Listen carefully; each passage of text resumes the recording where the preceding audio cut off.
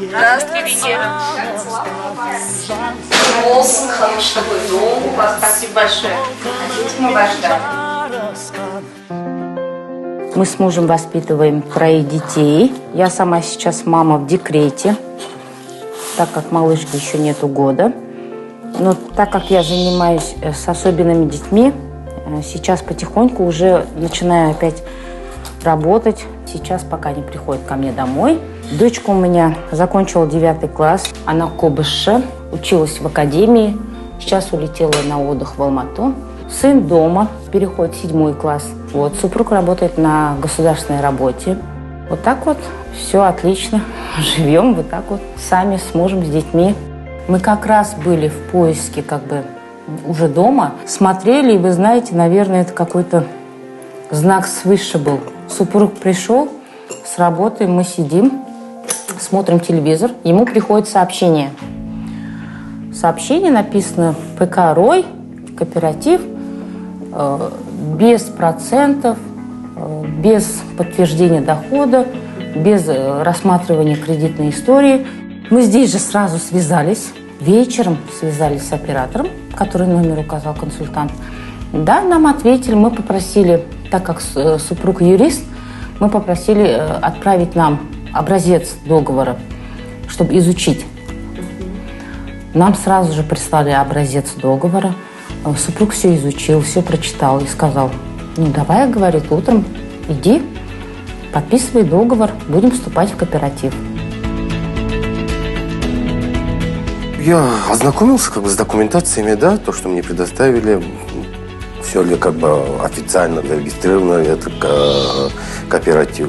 И, в принципе, у меня потом сомнений как такового не было.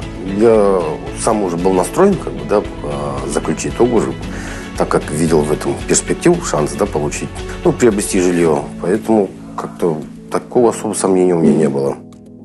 После заключения договора, конечно, мы слышали, Атырау город небольшой, и мы слышали: ой, это пирамида, ой, там 5-10, и некоторые друзья говорили. Но с моей стороны родственники нас только поддержали, сказали, что да, отлично. И они знают, что в принципе мы все прочли, все ознакомились. Не было ни капельки сомнения, что что-то пойдет не так. Но если человек образован, мы же все умеем читать. Мы сразу зашли на страницы, начали смотреть, находить в Инстаграме, еще где-то. Мы всегда хотели свой дом, свой большой частный дом, со своей землей, как говорится. И наша мечта сбылась. Здесь 100 квадратных метров, 10 соток земли, 3-комнатной. Здесь наша спальня. Это комната дочери. Здесь проходите, небольшой коридорчик. Здесь у нас просторный зал, почти 6 метров. Мы потихоньку обустраиваем его. Так, пройдемте, я вам покажу кухню.